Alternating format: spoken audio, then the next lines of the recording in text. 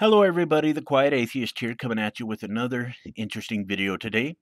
Now, before I actually get started with today's story, I do want to give you guys some background to this subject so everyone can actually understand what is going on here. Now, a while back, I made a couple of videos about some Christians who were basically trying to nail Planned Parenthood to the wall by secretly recording them without their knowledge during a fake meeting that was created by these same morally bankrupt Christians. Now, after these questionable Christians got a hold of the footage they wanted, they doctored it to make it look like Planned Parenthood was actually selling fetuses on the black market for profit after every abortion service that they provided. They went to court and it was determined that Planned Parenthood didn't do anything wrong. Still, though, this has hurt Planned Parenthood big time because there are some morally bankrupt Christians in office right now as we speak who are actively trying to destroy Planned Parenthood because of all of this fake garbage that was created by these two disgusting Christians. Now, some of these Christian politicians have even succeeded in certain areas, and that is very unfortunate. At that particular moment in time, it did look like these two disgusting Christians in question were actually going to get away with the garbage that they created. Well, it turns out that it might not happen, guys. It turns out that these two disgusting Christians in question might face some prison time for what they have done. Let's get into the story here. Two of the individuals responsible for the anti abortion and anti Planned Parenthood recordings of Planned Parenthood employees have been charged with 15 felonies, according to the Associated Press. The two were heavily involved in the recordings that attempted to expose what they believed to be damning evidence against a very popular healthcare organization, although many view their efforts as a bid to mislead and smear the company. The names of these two individuals are Daniel DeLayden and Sandra Merritt. The two set up a fake biomedical research company, which they called the Center for Medical Progress. The two have been charged with 15 counts of recordings of individuals without first receiving their consent, and one of criminal conspiracy.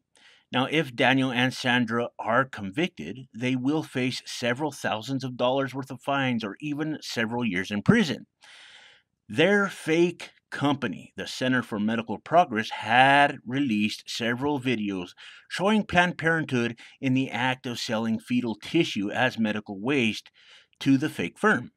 Planned Parenthood has since defended their statements, saying they were not selling baby parts, but instead negotiating for transport reimbursement of the tissues which they say are used for medical research into solutions for HIV/AIDS. However, many Republicans, including the former HP CEO Carly Fiorina and Senator Ted Cruz of Texas, continue to express that they disagree and that baby parts were actually being sold here. Fiorina even continually referenced a supposed portion of a video where the abortionist had stated that the child born alive must be kept alive to harvest its viable parts. However, nothing in the released footage showed this graphic scene. Republicans continue to use this evidence to launch investigations into Planned Parenthood using taxpayer dollars. $1 million later, none of these investigations revealed any wrongdoing. Regardless of a lack of proof, the Republicans continue to pursue any avenue possible to defund Planned Parenthood. Although it will certainly take time for the claims and accusations leveled against Planned Parenthood to heal and the public's opinion to reconcile the different claims they heard over the last year, supporters of the organization can at least find some comfort in knowing some of the perpetrators are facing justice for their wrongdoings. Do you guys know what worries me about all of this? I'm going to tell you here and now. It is possible that these two Christians might get away with it.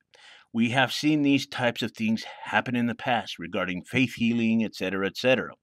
From experience, I have learned that morally bankrupt Christians like this get together and they try to get these crimes thrown out because they feel that they cannot be held accountable for what they do.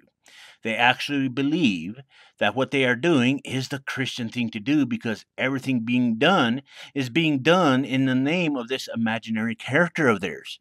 Is this the right kind of justice? No, it's not, and it never will be.